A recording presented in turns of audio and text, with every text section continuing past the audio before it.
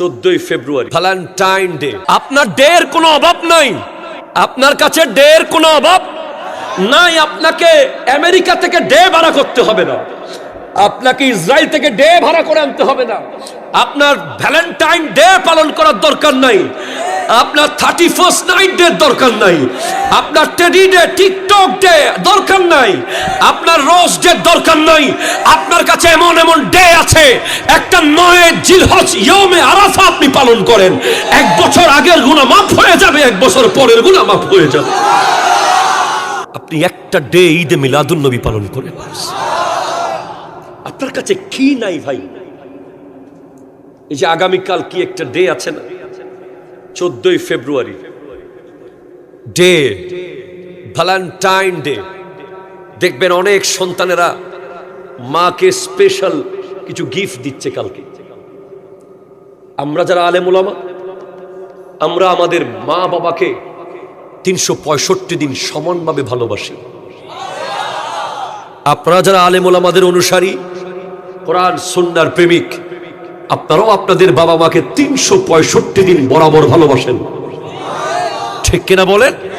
আলাদা করে 14 তারিখ ভালোবাসতে হবে। আবার কেউ কেউ দেখবেন কাল কোথায় কোথায় জানি যাবে। আমি গত কয়েকদিন আগে একটা ছোট্ট কিতাব জাওয়াহিরুল ফিক পড়াচ্ছিলাম ছেলেদেরকে। সেখানে আজানের অধ্যায় এসেছে, আল আজানু ওয়াল ইকামাতু কিলাহুমা সুন্নাতুন ফিল হাদারে ওয়াস সফর লিররিজাল। আজান এবং ইকামত সুন্নাত দুটোটা পুরুষের জন্য। কার জন্য? সফরে হোক আর বাড়িতে হোক। কার জন্য সুন্নাত? একটু জোরে বলে, কার জন্য? কিলাহুমা মাকরুহানে লিন্নিসা, ওই দুটা নারীদের জন্য মাকরু। আজান এবং ইকামত নিষেধ। কেন? কারণ আজান এবং ইকামত যদি কোনো নারী দেয়, তাহলে সবচেয়ে বড় সমস্যা যেটা হবে, তার কণ্ঠ পুরুষরা শুনবে। আগামীকাল এ বক্তব্য শুধু এই এলাকার জন্য নয়, আমার এই বক্তব্য বাংলাদেশের যেখানেই শুনবেন, প্রত্যেক বাবা মাকে বলছি, প্রত্যেক ভাইকে বলছি, প্রত্যেক স্বামীকে বলছি, প্রত্যেক সন্তানকে বলছি, সন্তান হিসেবে আপনার মাকে আদবের সাথে মহব্বতের মাধ্যমে পর্দার বিধান নিশ্চিত করা আপনার দায়িত্ব, ঠিক কিনা কথা বলেন? স্বামী হিসেবে আপনার বিবিকে কমিউনিটি সেন্টারে না নিয়ে, পার্কে পার্কে না ঘুরিয়ে, ফেসবুকে ছবি না দিয়ে, বিবিকে লুকিয়ে রেখে পেট থেকে আল্লাহর ওলির মতো সন্তান আসার সেই ব্যবস্থা করা আপনার স্বামীর দায়িত্ব, ঠিক কিনা? ভাই হিসেবে আপনার বোনকে কন্ট্রোল করা আপনার দায়িত্ব, বাবা হিসেবে আপনার মেয়েকে কন্ট্রোল করা আপনার দায়িত্ব। কাল হাসরের মাঠে একটা নারী 4টা পুরুষকে টান দেবে। কয়টা নারী? জাহান্নামের দিকে রওনা হচ্ছে একজন নারী। সে বলবে, রাখো জাহান্নামের ফেরেশতারা, আগে আমার বাবাকে ডাকো, আমার বাবাকে জিজ্ঞেস করো কেন আমাকে কন্ট্রোল করেনি। এরপরে বাবাকে ডাকা হবে, পাকড়াও করা হবে। এবার বলবে চলো, বলে না আরো লোক আছে। কে? আমার ভাইকে ডাকো, সে জানতো আমি কোথায় কোথায় যাই, সে আমাকে কন্ট্রোল করেনি। এরপর বলবে তাইলে চলো, বলে না আমার স্বামীকে ডাকো, সে তার বন্ধুদের সাথে আমাকে পরিচিত করিয়েছে, সে ফেসবুকে আমার ছবি দিয়েছে, সে বিয়ে বাড়িতে আমাকে নিয়ে গেছে, সে মার্কেটে মার্কেটে আমাকে ঘুরিয়েছে। ওটা স্বামী হতে পারে না, ওটা দাইয়ুস, ঠিক কিনা কথা জোরে বলে? বিবিকে, বিবির ছবি ফেসবুকে দেওয়া, এটা দাইয়ুস,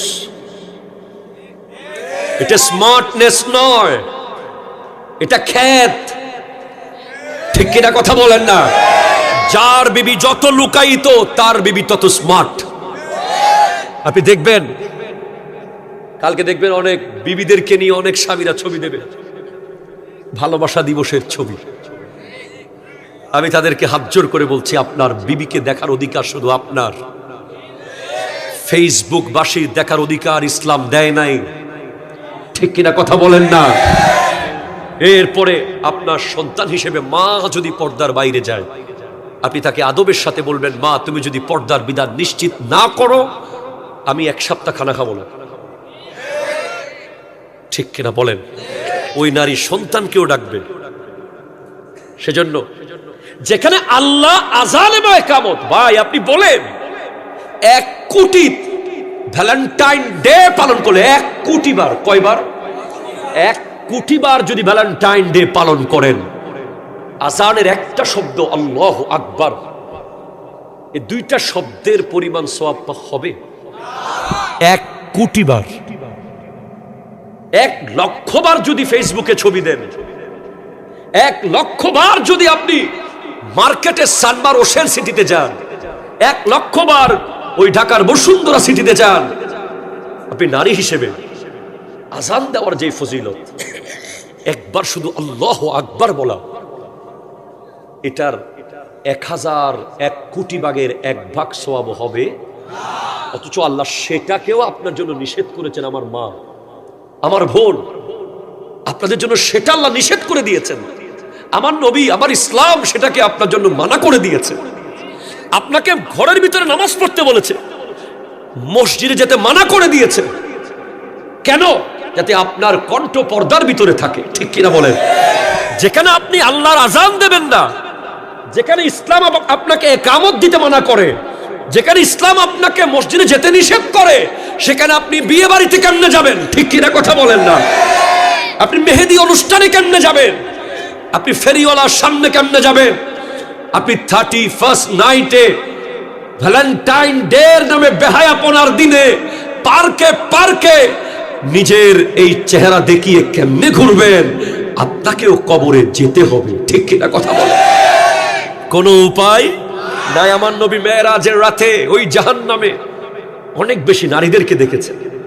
তার অন্যতম কারণ হলো বেপর্দা, স্বামীর অবাধ্য, স্বামীর কথা শোনে না। আল্লাহ তাআলা মা বোনদের পর্দা করার তৌফিক দান করুক। আমরা কারো ভ্যালেন্টাইন ডে আমরা অনুসরণ করব না। নবীজি বলছেন লা তাআতা, একটা লাইনও লিখবেন না ভ্যালেন্টাইন ডে কে নিয়ে। ফেসবুকে একটা লাইনও লেখার দরকার, একটা সেকেন্ডও ওটা নিয়ে ভাবার দরকার নাই। কারণ আমার নবীজি বলেছেন লা তাআতা লিমাখলুকিন ফি মাসিয়াতিল খালিক, ওই সৃষ্টির অনুসরণ করা যাবে না যেটা আল্লাহর নাফরমানি করে।